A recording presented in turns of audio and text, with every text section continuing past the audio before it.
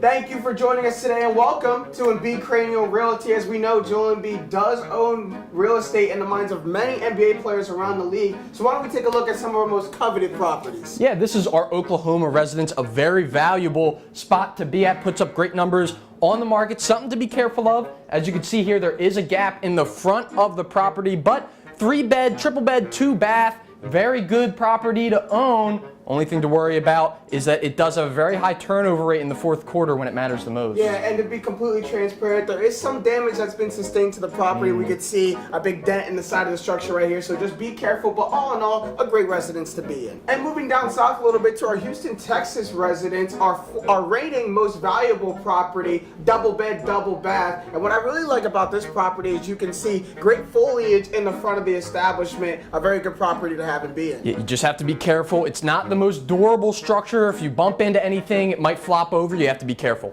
And next up, we have our south. I'm not sure how that I got into. I'm sorry. This is a South Beach residence that we used to own. I'm sorry, it hasn't been relevant in about 3 or 4 years. Ever since new money got put into it, it's kind of fallen off and hasn't been really relevant. So we're gonna get that out of here. Moving on, though, we have our Detroit residence here. Formerly some train tracks going across the front, no longer there, and also some shrubbery work that needs to be done up top. But this is a pretty good property to own. Yeah, a very kid-friendly residence. If you want to get the whole family together and watch, I don't know, a show like, I don't know, iCarly, it's very kid-friendly and a great place to have the kids and for somewhere to go. Yeah, and the only con for this property, there has been some reported dance parties that have caused problems. Not good dance parties either, but.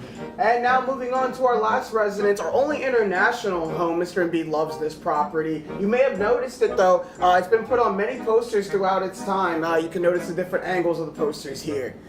And rumor is from up top in our corporation, the only reason that this house is on the market is to get put on posters, so just buyer beware there. And thank you all for coming to this meeting. This is just a small sample size of the properties that Mr. Embiid owns, and as you know, he's an extremely aggressive buyer, always looking to add new residences to his portfolio. Remember everybody, trust the process.